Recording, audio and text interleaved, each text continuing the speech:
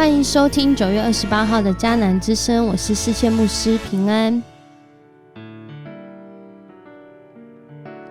我们今天要来分享以斯拉记的9章8到15节，重建圣殿 2.0 的认错。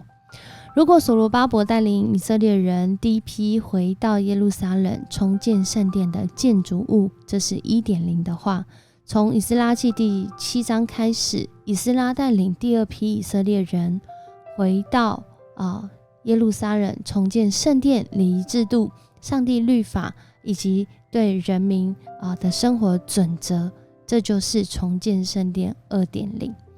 而在这个重建圣殿的过程当中，其实有很重要的事情，在今天的经文，以斯拉他所说的祷告不断的在讲这件事，就是认错。面对错误或者是承认错误，我们才更知道要怎么样走对的路。但是如果我们在错误里面，我们也不认为这是错误，甚至在错误里面我们就是沉溺于这样的错误的时候，即使有那正确的道路，让我们生命得益处的道路，我们仍然寻不到。所以我们要来 RPG 祷告的经文很鼓励我们的心哦。约翰一书1章9到10节说，如果我们向上帝认罪，他是信实公义的，他要赦免我们的罪，洗净我们所犯的各种过错。如果我们说自己没有犯过罪，我们等于把上帝当作撒谎者，他的道就跟我们没有关系。这里第一句说，如果我们向上帝认罪，认罪意思就好像是我们射这个射箭的时候，这个箭没有射中靶心，它偏离了，这就是所谓的罪。我们向上帝认罪，就是表达我们自己的生命有那一个偏离上帝心意、偏离上帝标准，以至于我们要承认自己的罪。我们真的是偏离了，我们需要上帝的帮助，我们需要上帝的赦免，我们也需要上帝的扶持。有一位喜剧演员，他过去被告，他在他的事业最辉煌的时候被告对一些女性性骚扰，后来他承认他自己真的在跟一些女性关系上太过随便，所以他被告上法庭之后，真的就被判了勒戒4个月的时间。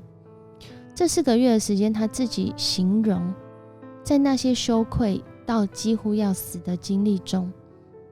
竟然也是他重新经历上帝救赎的时刻。在这个认错认罪期间，他因为真的感受上很糟糕，好像是一个很不 OK 的人，而现实也是如此啊，因为他正在被勒戒然而后来在见证的他感谢上帝，当他能重新来检视自己的生命状态，为什么会有这样的上瘾现象？为什么会有这样子的一个寻求？我内在的需求，我真正的感受，我真正的状态到底是什么？在今天以斯拉他在人民面前所带领献晚祭的这个公岛上，因为他听闻了回到耶路撒冷的以色列人，好像为了要寻求那个在这地安稳生活的方式，他们的价值观却还停留在过去，用那得罪上帝的方式，与当地人通婚用当地的方式，但这些方式可能是得罪上帝的方式。其实以以斯拉的祷告来说，就是已经得罪上帝的方式。他透过带领大家攻祷，让大家在祷告当中再次来寻求上帝的心意，承认自己的错误，承认自己偏离了上帝的标准，承认自己偏离了上帝标准当中那永远不改变的真理。认错使人察觉我真正的需要，以及我使用的方式，而更让人去发现我是不是可以用更好的方式，更适合的方式，也就是神所喜悦的方式，来调整我的方向，调整我的步伐，调整我的做法呢？有一句之前很流行的话说，逃避虽然可耻，但很有用。今天世谦牧师要说，认错虽然羞愧，却很有益，而且这个有益不仅是对自己有益，也对身边的人很有益处。在今天的这段经文里面，以斯拉就在这个公祷当中承认过去上帝的恩典临到这些残存之民，也就是指这些被掳归回的人，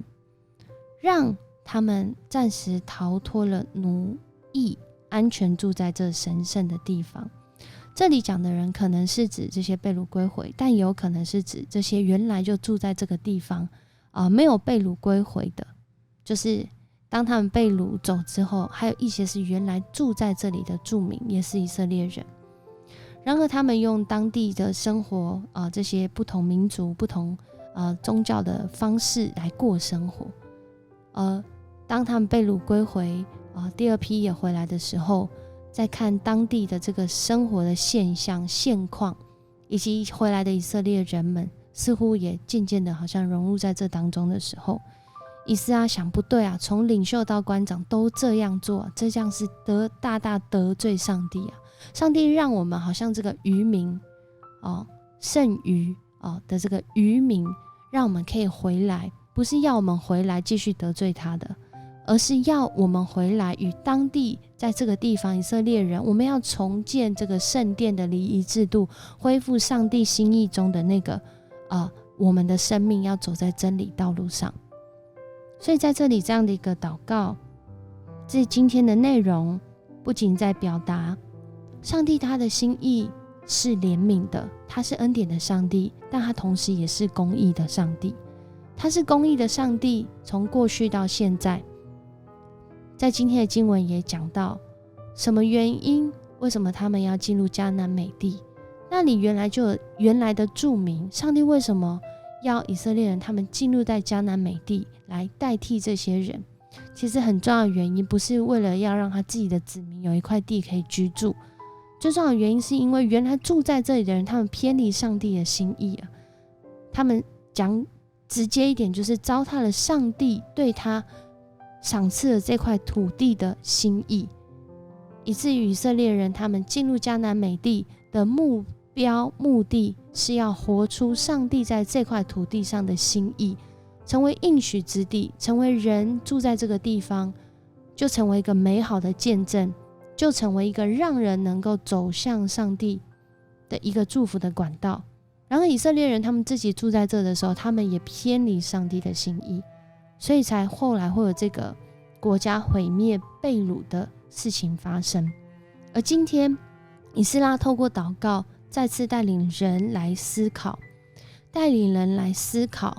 我们在走的这一条道路，我现在我自己，不是说别人我自己是不是走错了？而以斯拉在这里也做了一个认同性的悔改祷告，也就是我跟这些人我们是一起的，我们是一间教会，我们是同一个教会，我们是同一个教会肢体。当我们有人走了那偏离上帝的路，我更是需要祷告，不是说我跟他一样所以我才要祷告，而是我看到这样的境况中，我心里焦急，我为这样的环境，为这样的生命感受到需要回到上帝的面前。所以以斯拉自己就在那里，在他感受忧伤，在他看见那不公义的事，在那看见得罪上帝的事情，那个心有恶意的事情，他就寻求上帝的心意。这让我们再次回来思考，在我们生命当中，我们是一个会认错的人吗？或者说我们是一个会认罪的人吗？我们常常在寻求上帝对我们的心意，以及我目前所在做的这件事，我所做的方式方法心思意念是合神心意的吗？恳求主来帮助我们，当我们要来看见以斯拉记的重建圣殿这个美好的应许应验的时候，也是我们的生命同时在更新的时候。我们一起来祷告。主，我们感谢你，谢谢你的心意，透过以斯拉，他不仅是一个被主你拣选贵重的器皿，他也愿意为弟兄姐妹来到你的面前做认罪悔改的祷告，因为他深深的知道，主你是赦免我们的罪，饶恕我们一切不义的主。你更是爱我们，爱到透过耶稣基督你独生爱子的宝血为我们流，来洗净我们一切的罪恶和不义，使我们有重新开始，使我们有重建圣殿的机会。谢谢你爱我们，也让我们不辜负、不轻看这重价的恩典，使我们在我们的生命道路当中，面对那认错的时候，面对那需要发现自己要改变的时候，我们成为一个在你完全的爱当中有安全感，在你完全的爱当中愿意转向的人。谢谢你与我们同在，谢谢你也透过这个喜剧演员他的见证故事，真的是当我们认错的时候，我们有重新开始的机会，但同时也因着教会弟兄姐妹乐意的接纳、热意的包容以及热意的教导，使我们在回来的道路当中能够继续走在合你心意的道路中。谢谢你与我们同在，持续的带领我们成为这样的弟兄姐妹，也成为主你所喜悦的儿女。我们这样祷告，奉主耶稣的名求，阿们。很高兴今天跟你一起分享迦南之声，愿上帝帮助你，在每一天圣灵提醒你，让你走在合他心意的道路中，不仅是知道要认错，更是知道怎么是认对。我是世谦牧师，我们明天见。